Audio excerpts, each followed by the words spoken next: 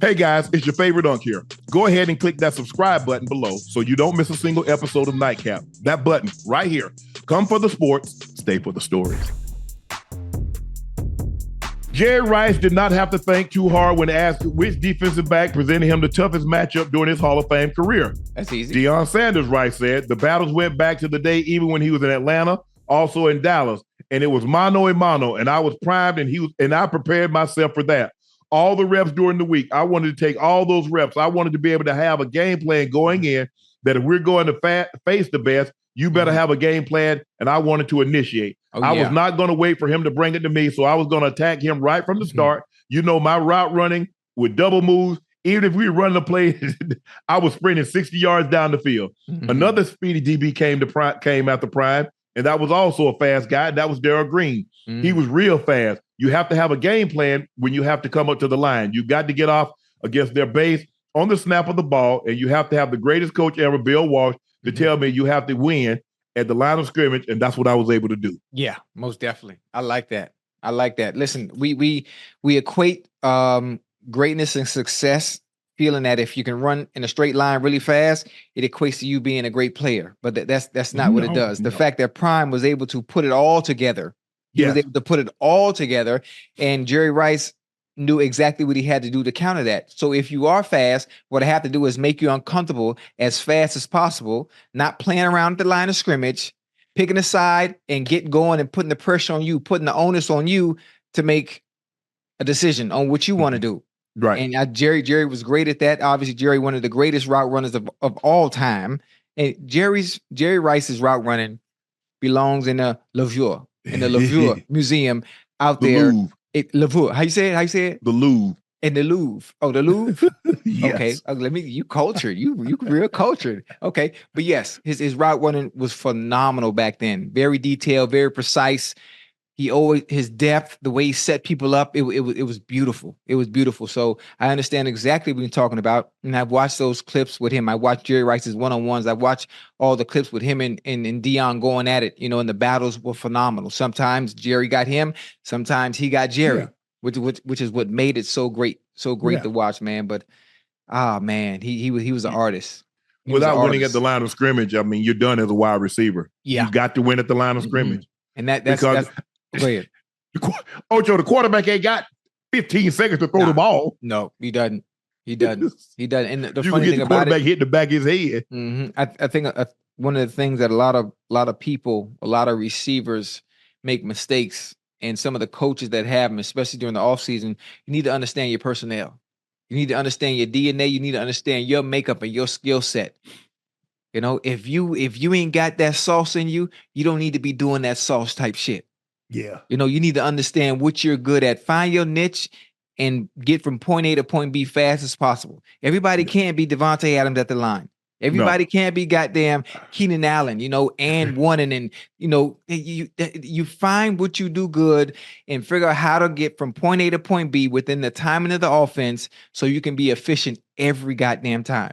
Everybody trying to, and start that. But that's the thing, though, Ocho. We done got to the point now, Ocho. Everybody want to look good running around, so ain't nobody catching no ball. Nah, you do the listen, bro. You 5 yards. Yeah, you wasting time. You done did time. Ocho. First of all, you had the and then you God. Listen, the quarterback doing this. Yeah, holding, pumping the ball. People need to. Players, receivers need to understand all those tricks and those headies and those are change ups. That's when you have to run the same route, maybe for the third time. Then you change it up by throwing the hezzy or decelerating a little bit just to give them something different. Give them the illusion that you're doing something different. Even though it's still the same route. They come in, they doing the tricks off jump. Off the jump, yeah. Off jump. No. The first time you run the route, it should be full speed. Nigga, get to your depth and get out the ball ready for the ball. Yes. Now maybe come second, third quarter, that DB notice, he in the same line. He in the same alignment. Okay, that means maybe the same route is coming again. Now you want to come off the line a little bit, maybe hezzy. Give him the freeze a little bit, then burst again. Right. Yeah, boom, run the same route. Right. You got it's so many different ways to skin a cat with the same route, but they coming in with all the tricks right off jump. Right off jump, man. Come on, man. Well, that's when you're not really you're not secure in your route running skills, and you feel you got to do all that herky-jerky stuff. Hey, I'm saving that. Now, mind you, Ocho, my thought process was when I ran a route, I'm running a route, but I know I got 7, 8 variations off this same route. Oh, yeah. So I need to keep that stem, and I need to make the seam, and all of a sudden I got an out. Yeah. I got a basic cross. I got a hook. I got all that. I got a 7. I got to make everything. I got choice. I got option. Yeah. I got to make everything on that stem. So I'm releasing. Now, eventually, I'm going to release. I'm going to take like 2 or 3. Give me that right there. hey, let's go. Yeah. Hey, you know what? When I'm so glad we talk about route. One of the things I hate. One of the things I hate when a DB is playing off. Everything should be in a straight line. Everything should be in a straight line. I hate when receivers veer inside or veer outside, because if you got a good DB, all he gonna do is just weave with you.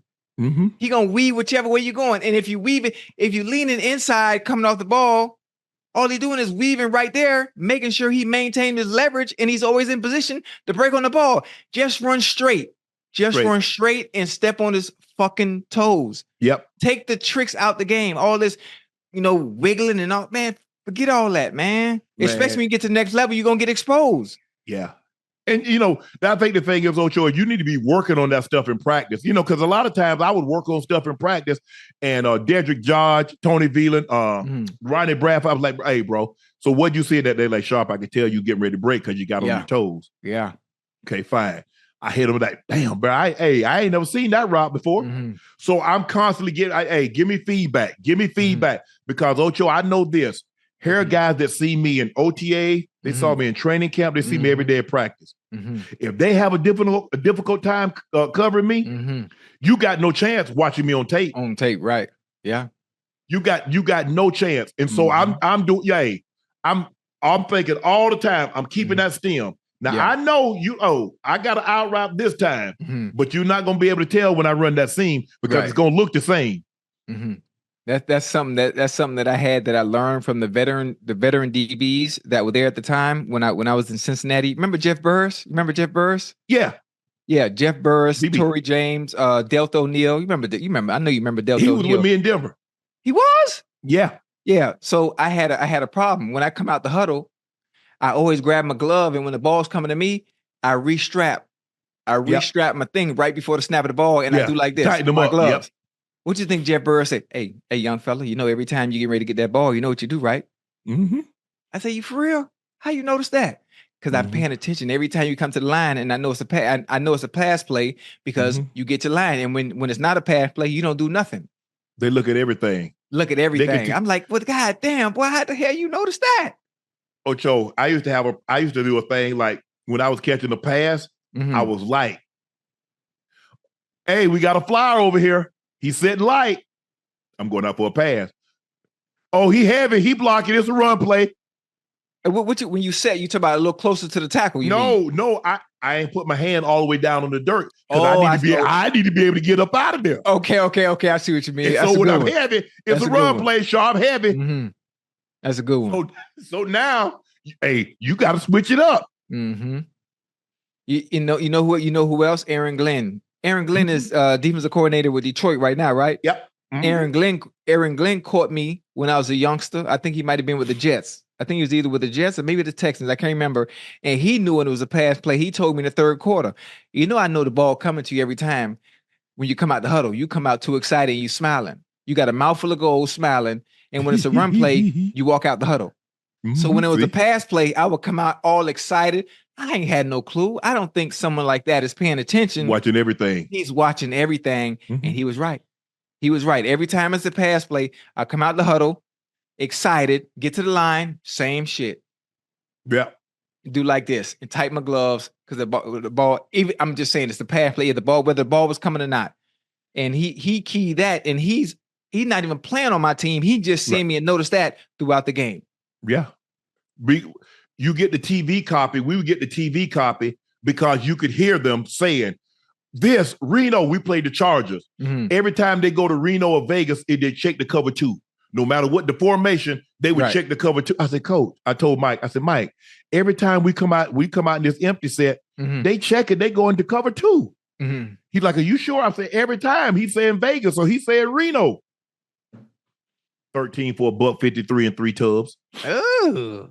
Keep on talking. Let me keep on talking. Let me hear you here. I done saw it. Right. I done listen to the TV copy, and you doing the exact same thing. Same thing. Right. Hey, Coach, this is what they're doing. Well, you must have been killing them right up the seam, huh? Hit them. I was doing everything. I was nasty with it that day, Ocho. I helped. They put me outside. I ran on the DB. I ran a slug on him. Yeah, he bit. He had to. Hey, you must have been. Y'all must have been inside the 30. Probably inside the 30. Yeah, it was about 20 yards. I knew it had to be. I know he was gonna try. I know he was gonna try to jump that slant, especially that close in, because he's not expecting you to go deep. Yeah, I read that thing. I read right there. I said, "Oh, you coming right there? Well, let me go. Let me take it up top." Hold on. You right here. Wait, you gave him the eyes too? Yeah. He biting that. Said, Once you get if you put them eyes in there like the ball coming, he coming. Especially you get aggressive corner. Oh, it's a tight end. I'm gonna jump that slant. He cluing, and when I went inside, John did this. Oh, he right there. Got him. Boo boo. Boo boo. Let's go. I like it. That was the beginning of the end. It was all downhill after that.